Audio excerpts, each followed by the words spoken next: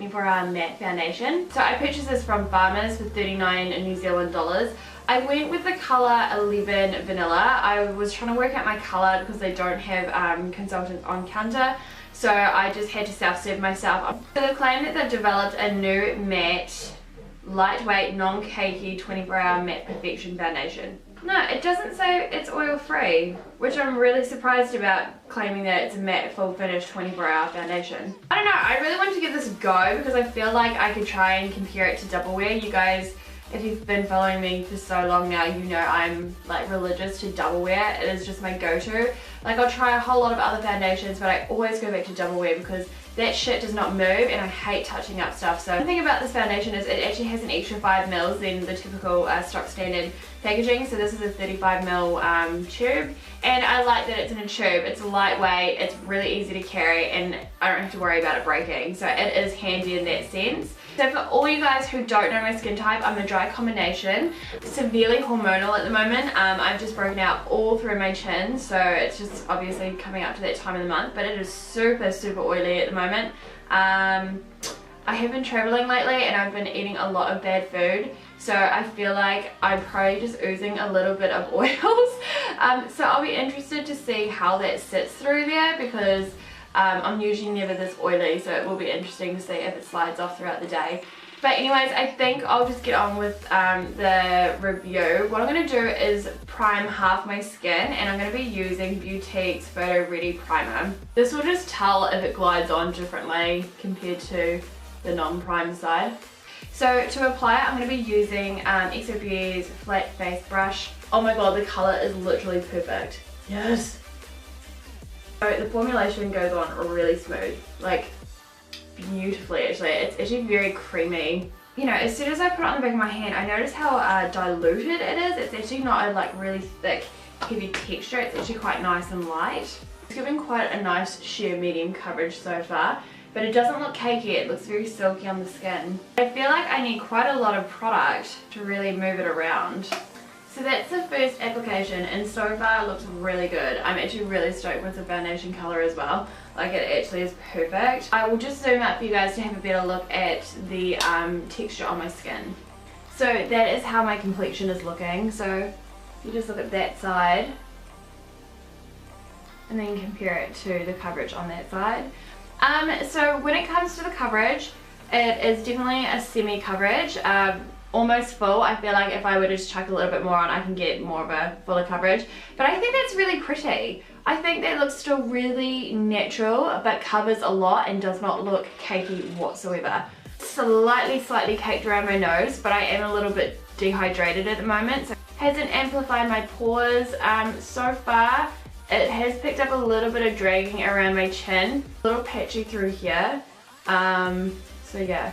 The formulation felt really nice going onto the skin, and it did go matte quite quickly, but it still gives like quite a nice radiance. I just feel like I'm going back for a lot of product to get quite a nice amount of coverage. I feel like the formulation and texture isn't overly thick, so you've got to use a bit more product to get quite a fuller coverage. I just put some like in here, and it's actually starting to tingle and feels like it's burning a little bit. It's so weird. Got a bit of a sensation going on this side after laying it down without a primer. I feel like I'm just using a lot of product to get real full coverage. Like, I've gone back literally 4 times to the bottle and put easily like a 20-cent piece on the back of my hand, and I'm going back for more. Doesn't seem to be too bad when I want to apply more. I would definitely say it does slightly start to cake. So I'm going to be concealing my under eyes with the Line Smoothing Concealer by Clinique. And now I'm just going to set it with Clinique's Almost Powder in the colour, I think this one is light. So that's the whole base complete. I'm just going to zoom up for you guys to have a look and see what it looks like up close.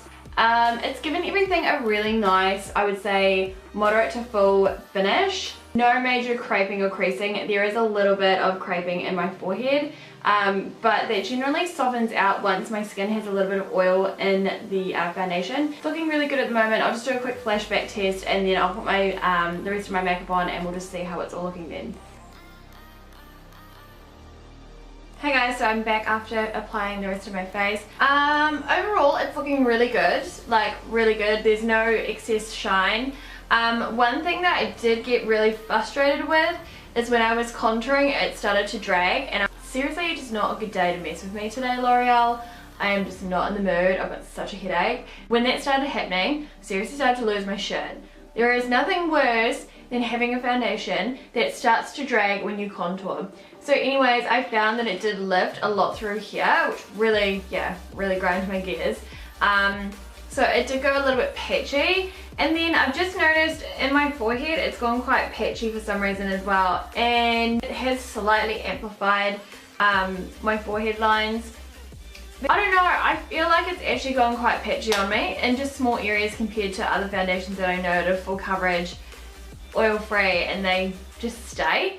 So yeah, the consistency isn't as full as what I was hoping. Yeah, I'm actually gonna zoom into my forehead so you guys can see what I'm talking about. It's really starting to annoy me.